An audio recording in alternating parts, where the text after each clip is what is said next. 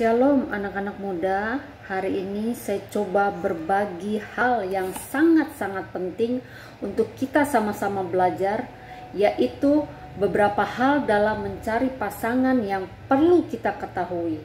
Dan harapan saya ini dapat menolong dan memberkati teman-teman sekalian.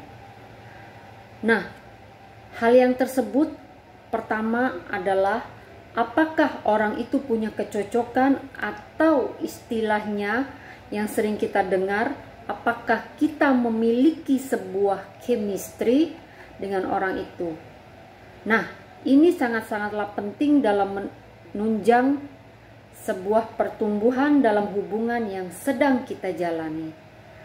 Sebab apabila tidak ada chemistry, saling bertolak belakang, maka ini akan menyebabkan ketidakcocokan dalam banyak hal. Dan ini yang biasanya merepotkan. Ini yang biasanya akan menimbulkan gesekan-gesekan yang membuat hubungan tersebut tidak bertumbuh. So, dalam mencari pasangan, step yang pertama yang harus kita lihat adalah apakah kita punya kecocokan, atau istilahnya adalah chemistry. Itu yang pertama yang harus kita ketahui. Yang kedua adalah apakah pihak dari keluarga itu cocok dengan kita. Artinya begini, dalam mencari pasangan hidup kita harus mengenal keluarganya. Sebab keluarga sangat punya peranan penting dalam menjalin sebuah hubungan. Ada beberapa kasus tertentu yang mereka menjalani hubungan bertahun-tahun, bahkan sampai 10 tahun, tapi orang tua tidak merestui.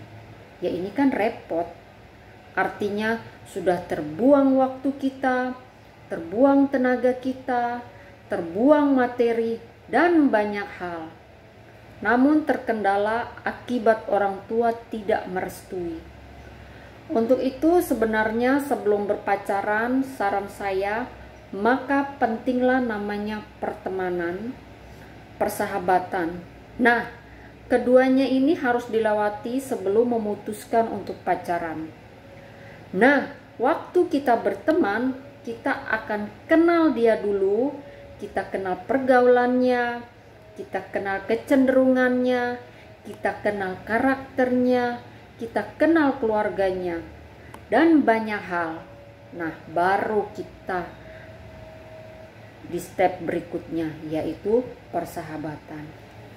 Nah, kalau dari step persahabatan ini kita akan lebih dalam mengenal banyak hal, lebih dalam mengenal karakternya, lebih dalam mengenal tujuan hidupnya, lebih dalam mengenal prinsip hidupnya, lebih dalam mengenal respon kehidupannya, lebih dalam mengenal keluarganya.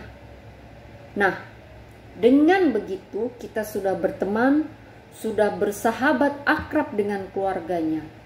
Nah, dari situ kita bisa dapatkan gambaran-gambaran kira-kira orang tuanya apakah punya kecocokan dengan kita.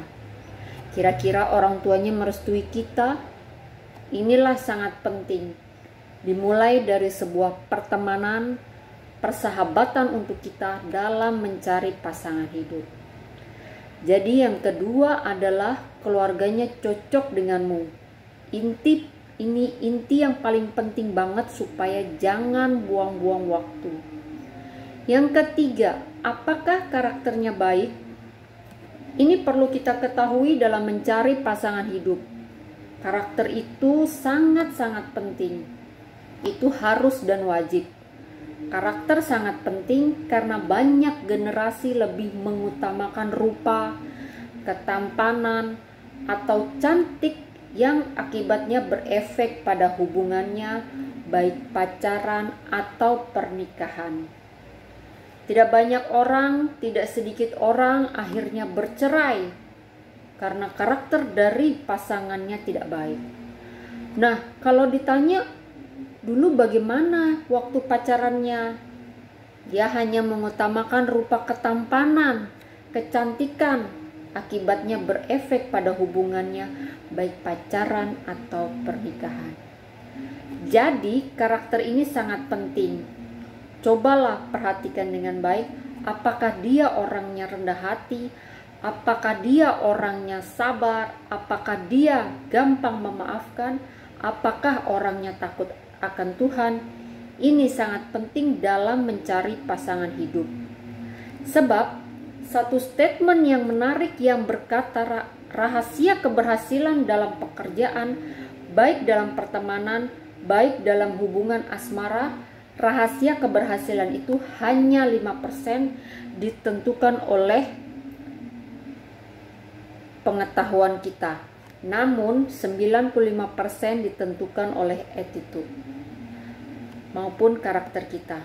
So, ini sangat penting dalam mencari pasangan hidup.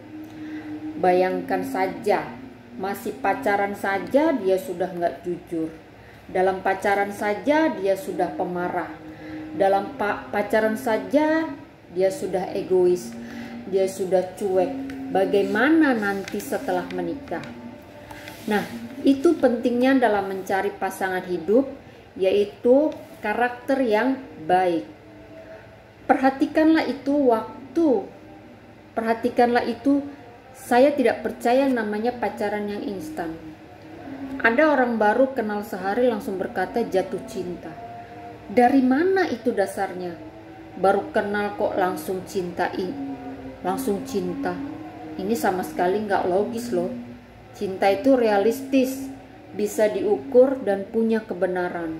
Jadi jangan terburu-buru, jangan tergesa-gesa. Pelajari dulu karakternya, pelajari dulu baik atau tidaknya, sehingga engkau tidak dikecewakan di kemudian hari. Nah, yang keempat adalah apakah dia rajin atau bekerja keras. Sebab ada orang tampan atau cantik tapi pemalas. Malas kerja, malas berusaha, malas ngapa-ngapain. Nah, orang malas ini, firman Tuhan berkata, janganlah makan. Orang malas akan ditimpa oleh kemiskinan. Nah, bagaimana mungkin kita akan punya masa depan dengan orang yang demikian? Orang yang pemalas. So, perhatikanlah dengan baik, apakah orang ini rajin, tekun, dan bekerja keras. Sebab kalau orang bekerja keras, maka orang itu akan diberkati. Nah, saya selalu bilang untuk mau mendapatkan yang lebih, maka berbuatlah yang lebih. Kalau hanya secukupnya, maka secukupnya lah yang kita terima. Tapi kalau kita terima ekstra, maka kita dapat juga yang ekstra. So, itu pentingnya sebuah kerajinan, sebuah ketekunan, dan kerja keras. Nah, kalau mencari pasangan, carilah yang begini. Jangan cuma tampan tapi pemalas. Jangan cuma cantik doang tapi pemalas. Sebab orang rajin akan diberkati Tuhan. Nah, saya berdoa yang akan mendekatimu dan yang sekarang lagi dekat denganmu, orangnya pekerja keras, orangnya rajin, orangnya tekun. Orang yang begini akan berhasil dalam kehidupannya. Yang penting dia mengenal Tuhan. Sebab ada orang juga kalau kita lihat di luar kekristenan, di luar percaya Tuhan, mereka bisa berhasil. Karena apa? Karena mereka bekerja keras. Artinya hasil tidak pernah membohongi kerja keras. Tapi ada orang bilang percaya Tuhan tapi malas. Nah, akibatnya apa? Gagal. Jadi hasil mengikuti apa yang kita kerjakan ya. Itu pentingnya yang perlu kita ketahui dalam mencari pasangan hidup, yaitu dia rajin, tekun, dan pekerja keras. Nah, yang kelima, apakah dia berkomitmen? Ini sangat-sangatlah penting dalam menjalani sebuah kehidupan pernikahan kelak. Sebab komitmen ini harga mati yang gak bisa dinego, gak bisa ditawar-tawar. Nah, bagaimana mungkin Anda akan bahagia dengan pasangan yang tidak bisa berkomitmen? Sedikit-sedikit berubah, lihat yang lain berubah, lihat yang lebih baik berubah, gak berkomitmen. Nah, orang berkomitmen, sekali kamu tetap kamu. Ini deh yang keren. Ini yang luar biasa.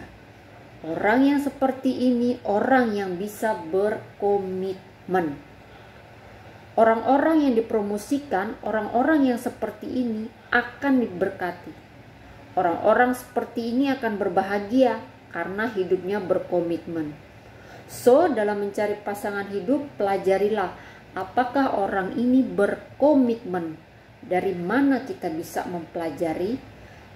Yaitu ketika dia berkata-kata, apakah kata-katanya bisa dipegang? Ketika dia berjanji, apakah janjinya bisa dipegang? Nah, dari sini kita bisa minimal dapat gambaran apakah orang ini berkomitmen atau tidak. Masalah waktu, masalah ketepatan, masalah berjanji di waktu yang segini. Apakah dia menepati janjinya atau molor atau apa saja. Pelajarilah apakah orang itu menepati janji atau perkataannya ini sangat penting. Nah, yang keenam, apakah dia suka berkorban?